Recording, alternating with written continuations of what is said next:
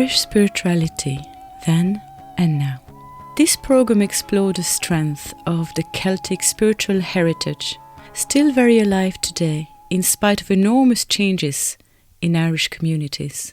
Through the ancient art of storytelling and heartfelt conversations with representatives from pagan, druidic and shamanic traditions, you can embark into a wonderful world of Irish festival, myth and legends, fairies and leprechauns, shamanic drumming and journeying, and druidic ceremonies at the Hill of Tara. Learning how it has evolved over the years and exploring the crucial role of these ancient beliefs in today's modern society. Our next guests on this program are Annette Peard and Anne-Marie Murphy, who are both practicing Druids. They bring us back to the ancient times when Tara played such an important role in Irish history, and they explore the relationship between our ancient Celtic roots and the modern Druidic tradition. They give us a glimpse into modern-day rituals still performed at the Hill of Tara, and they inform us on the purpose of these rituals and the importance of honouring our natural environment. Would you like to tell our listeners about what it means to be a Druid in these modern days? For me, being a Druid is not something I do at a particular time of the week or a particular time of the year. It's a way I choose to live my life. It's a path so that I choose to live consciously. A belief, a spirituality that's deep within me that connects me to my surroundings and to my community. I live close to Tara. Tara is a very special place and always has been throughout history. It was seen spiritually as the centre of Ireland. I believe that when we connect up at Tara, we still connect to the very essence of old Ireland, whether in language or whether in action. The Druids of old were a very dominant people in our history. They had a lot of power, they had a lot of say, and they passed on a lot of knowledge. But a lot of it was through an oral tradition, so we really don't have a lot of ideas how they actually practiced ritual or how they practiced a lot of their celebrations. So today we celebrate in a way by listening to stories of old, by feeling what is right with our earth, and by feeling what is appropriate in our modern lives without returning to a very unnatural way of old-fashioned living. Each of us lives in a very modern world with modern families and all of the stresses and strains of life, but has a very strong spiritual connection to all around us. And for me, that makes my life very, very, very solid. It gives me a place to return to connect with, and it gives me the strength to deal with all of the challenges that I come to every day of my life. So it's very much from the moment I wake up in the morning to the evening when we give our thanks to the goddess and to everything that we've done throughout the day, while we sleep at night and journey in our dreams. So in old times, as you call it, the Druids played a very important political role. Can you tell us what that role was? Throughout history, there have been many, many stories of many famous Druids, and they always had the ear of the king, or the ear of the landowner, or whoever was the person in position of power. They were trained from a very young age in many, many, many skills, from the aspect of herbalism, so there was the medical aspect, from the aspect of musical, entertainment, poetry, reciting, recording histories, recording stories, and also in negotiations. And they were very adept at dealing with feuding. They held the power in that their opinion mattered greatly. So their advice was very, very important to be listened to. And there's often the story of the poisoned Druid who would twist the king's ear to suit his own way of thinking. They were very looked up to and very feared by a lot of people who did not understand, because their knowledge was kept to themselves and it was not shared with the general public. So they were, in a sense, looked at in awe and in fear by many people. So in modern days, what's the role of the Druid? Do you see that you have a role to play with the community?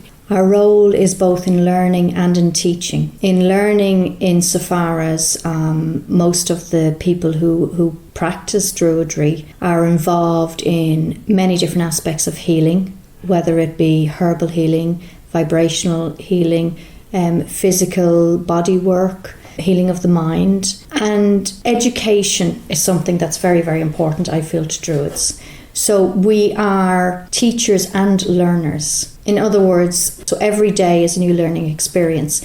And with the learning comes when you get to a stage when you share that back to the community. So you often find Druids in positions as counsellors, as guidance teachers, as healers, doctors, nurses, working within the community on many, many levels. And also offering guidance or an ear to people who don't particularly want to follow a spiritual path that they may have been raised with, that want to follow their own spiritual path and they want to explore their own connection with the earth. And often a lot of people, particularly younger people, are drawn towards the earth-based spirituality. Part of my experience of living is to share that with people. Annette, would you like to tell our listeners some examples of rituals that are still performed today at the Hill of Tara? Yes, following on from what Anne-Marie was saying, that in the ancient times they did ritual there. They performed the Sabbaths during the year, all the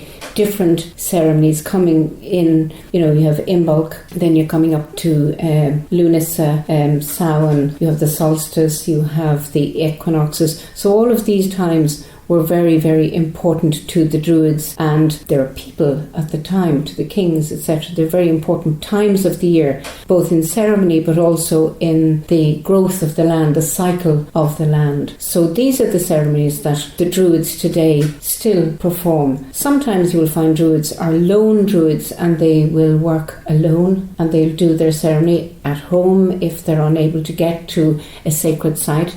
I'm very lucky. I live beside the Hill of Tara, which is very special to me also. Whenever it is possible, I will, along with others, perform a ceremony in a circle on the Hill of Tara. These ceremonies are very much to do with the earth, with the cycle of the seasons, drawing in from our ancient spiritual paths to bring that back into the people. The awareness of how important the earth and the land is to us. So the ceremonies are based on those particular times of the year. And people that have come to the ceremonies are just so amazed and at wonder at how simple the rituals and ceremonies are, but they're so beautiful. Acknowledging the birds that are flying overhead, acknowledging what is growing around us, acknowledging the winds that blow across as we're doing it, the rain, the sun, all of the elements that are so important for our growth in everyday life. Just bringing all of that into ceremony and bringing it and spreading it through the community. So would you see that performing or taking part in a Druidic ceremony, would that benefit to the community, to bring the community back together? I have found that any time we have done ceremony and people have joined in and the circle has grown big, at the end everybody is talking to each other. They're sourcing, one, wasn't it beautiful, wasn't it simple, wasn't it magnificent? We always invite them to participate in the ceremony, so it's not something that they're standing back at watching. If they wish to participate, that's fine. If they wish to stand and watch, that's also fine. But they feel that there is more of the community spirit because they're asked to join in if they wish to, so that they're being honoured as well. And that is, they get that feeling of, gosh, I'm included in something here. Where in communities today, even in large housing estates, there are a lot of people living there, there's no community base. That were in the olden days, there was always community. People always knew their neighbours and looked after them. And that's coming down from the ancient way of living when they lived on the Hill of Tara and in the surrounding areas. The communities all helped each other. And we've grown in modern times to be so insular and so busy in our own little world and our own little boxes that we don't include our neighbour. And something as simple as a ritual for whatever ceremony or whatever time of the year And it's bringing them together. And they'll come back again the following year and meet up with those what were strangers and now are soul travellers. Anne-Marie, I was wondering if you could tell our listeners, how does one become a Druid? Is it something you go to school for, or is it something that passed on from generation to generation? There's many different ways and routes nowadays where people follow that path. For me, it was an experience of growing up on a farm, learning about the hedgerows, learning about what was around me, learning about the seasons, following a Celtic spirituality, a deep connection with the earth. After many years of learning different healing disciplines, a lot of local herbal knowledge, even down to growing my own vegetables and living off the land, people started to call me a Druid, and I felt very honoured to be given that title. And was it different for you, Annette? Well, like Anne-Marie, I suppose this path started about 25, 26 years ago, and slowly along the way doing a lot of different healing therapies led me into the way of Druidry, the path of Druidry, where Anne-Marie was more into herbalism, which is very much in the Druidic way of life. I was drawn more into the shamanic way, which is also very Druidic. There are different schools out there that you can go to and study for 3 years or more to be a Druid and do all the different aspects of it. There are some in Ireland, there are in England, and you can learn a lot from them. But there are many Druids who have learned, like we have done, through the school of life, through working with the earth, growing our own vegetables, knowing what is out there and the hedgerows to survive, which will be very interesting coming into the years ahead of us now. And I was wondering if you could tell us, what sort of thing would you study? I suppose hedgerow knowledge is something that every daughter or son of a farmer growing up in Ireland certainly used to learn, and they probably still do, that you would recognise all of the foods, flowers, herbs that grow around you. In the autumnal season, you would know where to pick the blackberries, where to pick the hips, where to pick all of the fruits that made the jams and preserves. You would know where all the spring flowers were. If you needed to collect certain herbs that grew wild around you, you knew where and when they grew. And in learning all of these things growing up as a child, it becomes part of your being and it becomes so natural. And it's a great connection with the earth. And I think that's for many, many people where the journey of the love of the earth and the respect begins. And I was led to believe that you can actually use many of these plants as medicinal remedies. Absolutely. And there's many books out there now. One famous one, Food for Free, which talks about all of the plants and berries, nuts that grow around us that you can actually survive off. And I think it's a wonderful thing to know, because we live in an incredibly fertile land that is always offering us an abundance of food. And if we just open our eyes and look around us, we can see that and be thankful for it. But also to bring healing to the body. Absolutely. They say that whatever we need grows close to us. So whether we need it nutritionally or whether we need it for our own healing, what we need is just around us. So if we open our eyes and learn about our native plants, we will have everything that we need to keep balance. Yeah, you have the nettles outside your door and the dandelions, and these are all full of very strong healing medicine. And even just drying the nettle leaves, the young nettles, drying them out in your hot press in a basket or above the aga if you have one, and then putting them in a jar and making tea with them. I mean, that's full of, or having nettle soup. There's your iron. I mean, it's really good and it's natural form and it's all around us. So it's things like that that are so important to our life. And our ancestors knew it. They didn't have the pharmacy or the chemist down the road. They went to nature and nature did the best for them. Our next guest in this programme is Sister Rachel, who explores the link between her vocation as an Irish Catholic nun and her work in the holistic field. We are sitting here in a beautiful convent in Dublin, and it's very quiet. I didn't notice any younger nuns. Yeah. Is that just in this place, or is that throughout the whole of Ireland? Is there a lack of younger people deciding to join? Well, certainly not with us, our group here in Ireland. But I believe there are some religious, yes, and also some young men also going for the priesthood. Right. So there's a little bit of light. There's a bit of new blood coming in. New blood, yes, and hope there, yes. In other parts of the world where our congregation is, there are some new vocations, yes, which is great hope. But as I say, it's all God's work. Maybe with times that are past, with the last few years, little bits of scandal here and there, not little bits, big bits, maybe that it turns people off, it could do something to their spirit and soul. People are willing, and there's wonderful people going to the missions. They will do it for a year or 2 or 3, whatever. But maybe they're not prepared to give their whole life. It's a huge commitment. It is, yeah. You combine your love of God with your love of nature. Can you tell us a little bit about that? When you look out at nature and the beauty of it, mountains, hills, sea, rivers, seas, it's all wonderful, and it's all His work.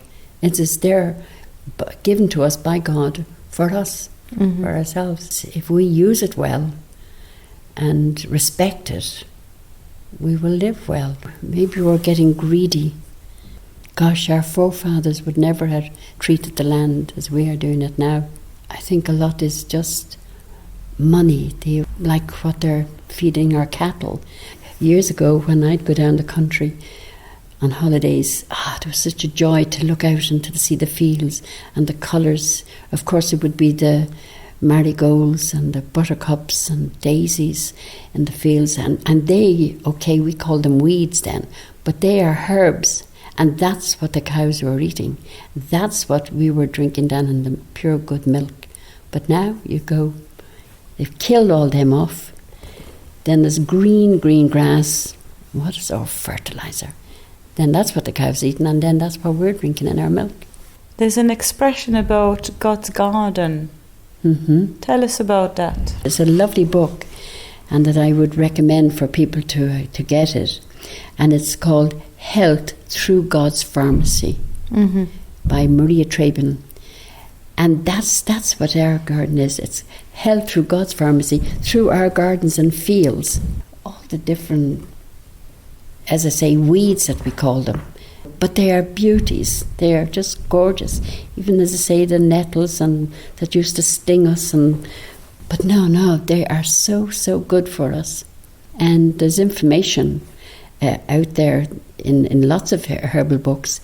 And if we read them up, and we'll find what they're good for. Just bring them in, boil them, drink a cup of tea, make a cup of tea out of it, or put in your soups. Or there's other plants out there too that would be very good even for cancer, even for things on our skin. Chickweed is a brilliant plant. I've known people that had stuff here around their lips and that kind of thing. They put this chickweed, wow, cleared it up great. And the plantain, another brilliant plant, and it's all under our feet. Some people say all kinds of words when that's grown through their grass. I just delight in looking out at it. How would you describe your work as helping people, and at the same time this is your way of living your vocation? Yes. I feel this is what I was called to do. And I just love it. I'm in love with the work that I'm doing, and grateful to God. Although my dad now, who's dead many years ago, and I firmly believe that he got me into this kind of work. Why do you believe your dad got you? I don't know. There's other kinds of work that I was doing all down the years, and I certainly wasn't in love with it. I did it. I was happy. People when I would tell them, oh no, I didn't like that work, they said, I can't believe it. You were just always singing and happy. No, but then he knew what I wanted, and I think he knew something about reflexology before he died. I think, well, he was a sailor, and maybe would he have met these foreign people that were doing reflexology well before we Irish were doing it, you know. And he knew definitely something about it, and I think if there's one favour he wanted to get from the Lord, it was that. And it's amazing how it turned out that I went working at this superior that I asked, and she said, oh yes, you can study it. And so I did, and I was doing another work, and but then I was doing this on the sideline. Then bit by bit I just did it, and then start practicing and working on people, and before I knew I was running courses for it, getting, you know, I was running, not giving the courses. The sisters began to look into, say, look, what's happening here? But you see, that's me. Maybe I would be an entrepreneur. Leave me do a little thing, and I just wouldn't sit around, and I'd get up and do things about it. So, however, it was just maybe, let's say, if I called over the coals about it, but in the end, everybody was delighted and say, okay, you have our blessing, go ahead and do it. And yes, it was my dad. I know, I feel it definitely in my heart. And as I say, it made me even happier in my life. And for the people who come and see you, what do they get out of it? Do you feel that they trust you more because you're a nun? Does that help them in coming to seek you? Or? Yeah, well, I didn't know that. I don't know that. Let me see. Well, I know they're happy. They wouldn't come back again anyway if they didn't come back, if they weren't happy with it. And yes, I know I'm helping, and I would advise them to get whatever I think that it would be good for them. And then I would tell them different areas of their hand or foot or head to rub, to massage. It would be the correspondent to the organs of the body. And I think that's always helpful. I know some people do feel better, and I thank God for that. And because it's all those gifts that are in us. He has given us all. He's given everybody all that energy too. Maybe I was in the right place at the right time, so I use it. I'd be telling other people, yes, to use that energy. If somebody has a cold or anything like that, pain, just hold their hand or their back. It's amazing what would happen. Thank you very much, Sister Rachel. It was a pleasure talking with you today. All right, thank you, and God bless you. In conclusion, the underlying message of spiritual leaders in Irish ancient and modern societies shows us the strength and the power of our spiritual heritage, and the importance of faith in our everyday lives and in rebuilding a sense of community. You are now invited to join me in a guided meditation at the Hill of Tara. So make yourself really comfortable. Close your eyes. Part your lips just enough to release your jaws. Allow your tongue to rest softly in your mouth. And allow your whole body to relax. Become aware of the breath flowing in and flowing out. Aware of the depth of your breath and its effect on your whole body. Aware of your chest rising and falling with the breath. Aware of all the feelings and sensations within yourself. Your mind may be full of thoughts, and that's quite natural. Your mind was trained to think. But just for these few moments, allow yourself to let go of any thoughts and keep your full awareness with the breath, allowing the breath to reach deeper and deeper inside your body, allowing your mind to quieten, and begin to allow yourself to move into the dream world. You are now standing at the hill of Tara, and from where you are, you can see all around you beautiful green open space. The wind is blowing, and there is a lot of energy coming through. You feel alive.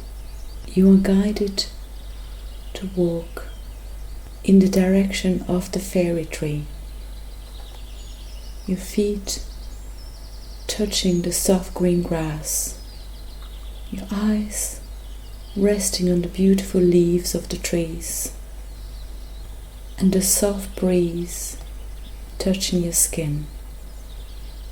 You recognize the fairy tree. And you move closer to it. You can see the offerings other people have left on the tree. You sit with your back to the trunk and you close your eyes. In the distance, you hear the sound of the drum, like a heartbeat. Aware of your own heartbeat, listening to the song of your heart.